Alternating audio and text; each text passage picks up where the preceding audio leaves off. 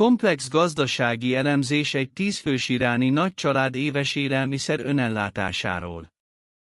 Hogyan képes egy 10 fős vidéki család évente körülbelül 6000 kg élelmiszert megtermelni saját maga számára, és közben jelentős pénzügyi előnyt elérni? Ez a modell 2 szülővel, 6 gyermekkel és 2 nagyszülővel számol, és megmutatja, mit jelent valójában az önellátás. Az étrend alapja a rizs és a búza. A rizsből évente mintegy 600 kg szükséges, amelyhez körülbelül 0,2 hektár termőföld kell. Ez nagyságrendileg egy kisebb mezőgazdasági parcella mérete. Fontos, hogy a rizs vízben állva növekszik, ezért kifejezetten előnyös, ha a rizsföld közelében természetes vízforrás, például patak vagy állandó vízfolyás található.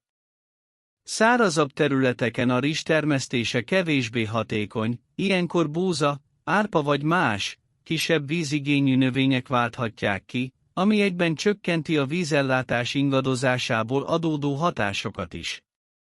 A rizs piaci értéke körülbelül 60 és 90 millió toman között van, ami egy vidéki család több havi jövedelmének is megfelelhet. Saját termelés esetén ennek költsége nagyjából 20 és 30 millió toman. A búza éves mennyisége körülbelül 700 kg, amelyhez körülbelül 0,25 hektár föld szükséges, egy közepes méretű művelt terület nagyságrendjében.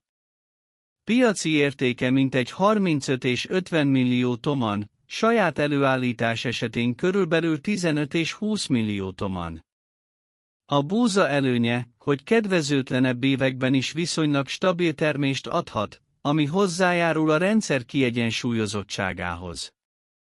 A zöldségek és a hagyományos sabzi éves mennyisége körülbelül 900 kg, amelyhez körülbelül 0,2 hektár termőterület szükséges, hasonló nagyságrendű területen.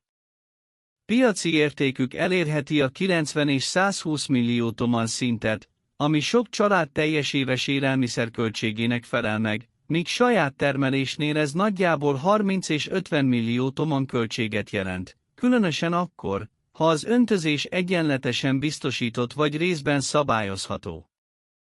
A gyümölcsfogyasztás szintén körülbelül 900 kg évente, amelyhez nagyjából 30 vagy 40 termőfa szükséges. Ez egy kisebb gyümölcsös kert méretű területen valósítható meg. Piaci értéke 100 és 150 millió toman, ami már egy kisebb autó árának is megfelelhet, a fenntartási költség körülbelül 30 és 40 millió toman, bár a teljes termőképesség eléréséhez néhány év szükséges, ami hosszabb távú tervezést igényel. A hüvelyesek éves mennyisége körülbelül 600 kg, amelyhez körülbelül 0,1 hektár terület elegendő, egy kisebb, önálló parcella nagyságrendjében. Piaci értékük 40 és 60 millió toman, saját termelés esetén körülbelül 20 és 25 millió toman költséggel, miközben a vetésforgóban betöltött szerepük a talaj hosszú távú termőképességét is támogatja.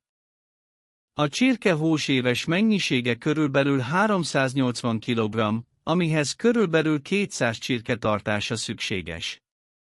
Ez egy közepes méretű baromfiudvar nagyságrendje. Piaci értéke 90 és 120 millió toman, ami egy család több havi jövedelmével egyenlő, saját tartás mellett a költség körülbelül 50 és 70 millió toman, megfelelő takarmányellátás mellett stabilan fenntartható. A tej és a joghurt éves mennyisége körülbelül 300 kg, amelyhez egy tehén vagy körülbelül 5 kecske szükséges. Piaci értéke 30 és 40 millió toman, saját előállítás esetén körülbelül 20 és 25 millió toman, figyelembe véve az állatok folyamatos gondozási igényét, amely megfelelő rutinnal jól kezelhető. A tojás éves mennyisége körülbelül 180 kg, amihez 15 vagy 20 tojótyúk elegendő. Piaci értéke 20 és 30 millió toman, saját tartás mellett körülbelül 10 és 15 millió toman költséggel, megfelelő tartási körülmények mellett kiegyensúlyozott hozammal. A vörös hús éves mennyisége körülbelül 42 kg, amelyhez 2 vagy 3 bárány tartása elegendő. Piaci értéke 30 és 50 millió toman, saját tartás mellett körülbelül 20 és 30 millió toman, elsősorban kiegészítő jelleggel. Mindez összesítve azt jelenti, hogy a teljes éves élelmiszerfogyasztás piaci értéke körülbelül 500 és 700 millió toman, ami egy vidéki család több éves jövedelmének is megfelelhet. Saját termeléssel ennek költsége körülbelül 200 és 300 millió toman között tartható, különösen akkor, ha a rendszer több éven keresztül kiegyensúlyozottan működik. Ez azt jelenti, hogy a család akár egy kisebb ház árát is megtakaríthatja néhány év alatt. A szükséges termőterület összesen körülbelül 1,3 és 1,5 hektár között van, egy kompakt, jól áttekinthető gazdasági egység nagyságrendjében, de biztonságosan inkább 3 hektár, ami már egy tágasabb, tartalékterülettel is rendelkező birtoknak tekinthető, figyelembe véve a tartalékterület szükségességét is. A valódi áttörés itt válik láthatóvá. A különbség évente akár 200 és 400 millió toman megtakarítást jelenthet. A rendszer működésének kulcsa azonban a technológia és a víz. Irán száraz és félszáraz ország. A víz a rendszer egyik legmeghatározóbb tényezője.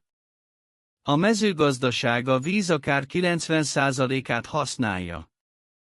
A magas hőmérséklet miatt a kipárolgás jelentős, ezért a nyitott vízfelületek vízveszteséget okoznak, ami megfelelő tárolási és lefedési megoldásokkal hatékonyan mérsékelhető. Egy ilyen gazdaság valós vízigénye inkább 1000 és 3000 köbméter évente, nagyobb állatállomány esetén akár 2000 és 5000 köbméter is lehet. Ez körülbelül 20 000 és 60 000 tusolásnak felel meg. A vízellátás több tartályból áll, egy 10 méter átmérőjű és 3 méter magas henger alakú tartály körülbelül 235 köbméter vizet tárol. Ez több ezer napi vízhasználatnak felel meg. Az éves vízigény biztosításához általában inkább 8 és 15 darab ilyen tartály szükséges, különösen szárazabb területeken. Ez a rendszer moduláris. Nem kell egyszerre megépíteni. Egy vagy két tartállyal elindítható, majd fokozatosan bővíthető, így az alkalmazkodás lépésről lépésre történhet. Kevésbé csapadékos területeken a tartályok feltöltődése lassabb, akár több évig is eltarthat. Egymást követő száraz évek esetén a vízkészlet csökkenhet, ezért a nagyobb tárolókapacitás és a tartalékképzés növeli a rendszer stabilitását. A tartályokat lehetőleg földbe süllyesztve vagy szigetelve kell kialakítani, és kúp alakú tetővel kell lefedni, hogy csökkentsék a kipárolgást.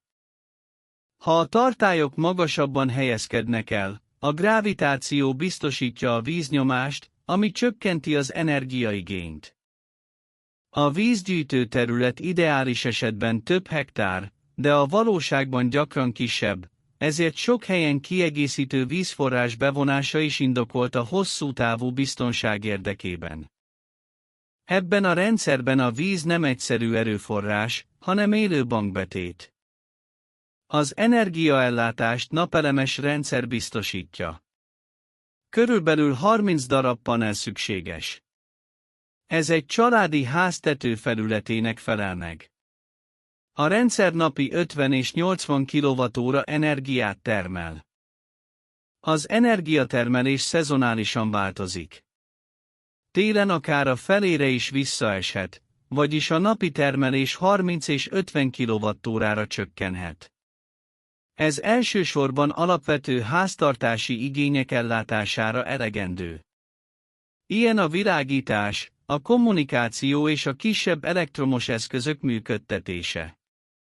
A mezőgazdasági termelés ilyenkor minimális vagy szünetel, így az energiaigény is alacsonyabb, ami kiegyensúlyozza a rendszert. A rendszer költsége akkumulátorokkal együtt körülbelül 500 és 800 millió toman. A teljes technológiai beruházás 1,5 és 2 milliárd toman között alakul. Ez egy kisebb városi lakás árának nagyságrendje, miközben egy vidéki család számára több generáció jövedelmét is jelentheti. A megtérülési idő általában 2 és 6 év között van, a vízellátottságtól és a termelés hatékonyságától függően. Az állattartás külön bővítést igényel. 100 juh vagy kecske esetén 3 és 5 hektár öntözött legelő szükséges, ami több egymáshoz kapcsolódó legelőterület nagyságrendjébe esik. 200 állatnál ez 6 és 10 hektár. A téli időszak 3 és 5 hónap. 100 állat takarmányigénye 20 és 30 tonna. Ez körülbelül 250 és 375 darab 80 kg-os zsák. 200 állatnál ez 500 és 750 zsák. A takarmánytermeléshez szükséges földterület 2 és 3 hektár 100 állat esetén, ami a rendszer méretezésénél fontos szempont. Ez a rendszer gazdaságosabb, mint a nomád állattartás. A nomád rendszer teljes mértékben az időjárástól függ. Egy kedvezőtlen év jelentős veszteséget okozhat. A letelepedett rendszerben a víz és a takarmány tárolható, így a termelés kiszámíthatóbbá és tervezhetőbbé válik. A nomád gazdálkodás folyamatos mozgást igényel. Ez időt és energiát vesz el. A letelepedett rendszerben az állatok gyorsabban fejlődnek és nagyobb hozamot adnak. A takarmány helyben termelhető. Ez jelentősen csökkenti a költségeket. Egy szárazabb év hatása mérsékelhető. A tartalékok és a tárolási kapacitás áthidalják a nehezebb időszakokat. Az állattartás további jelentős bevételi forrást biztosít. Egy 100 darabos juh vagy kecske állomány éves szinten akár 100 és 300 millió toman többletjövedelmet is termelhet. 200 állat esetén ez az összeg elérheti a 200 és 600 millió tomant is. Ez már önmagában egy vidéki család teljes éves jövedelmének többszöröse lehet, megfelelő menedzsment mellett. A változás kulcsa a működő példa. A gazdák akkor váltanak, ha látják, hogy egy rendszer valóban működik. A legnagyobb kihívás továbbra is a vízellátás, amely megfelelő tervezéssel és tárolási kapacitással kezelhető. A technológia nem luxus, hanem befektetés. A közösség szerepe stabil hátteret ad. A felsorolt tényezők nem a rendszer gyengeségét, hanem a működésének természetes feltételeit jelzik. Megfelelő szervezéssel és tapasztalattal ezek a hatások jól kezelhetők, így az önellátás hosszú távon stabil és gazdaságilag racionális modell marad. Ez a modell nem csak az élelmiszerről szól. Ez a túlélésről szól. A függetlenségről szól. És egy olyan jövőről szól, ahol a legnagyobb érték maga a víz. 3 hektár föld, 8 és 15 víztartály, valamint 30 napelem elegendő lehet ahhoz, hogy egy 10 fős család évente körülbelül 6000 kg élelmiszer termeljen meg, és akár 200 és 400 millió toman értéket tartson a saját kezében, különösen akkor, ha a rendszer fokozatosan és tudatosan kerül kiépítésre.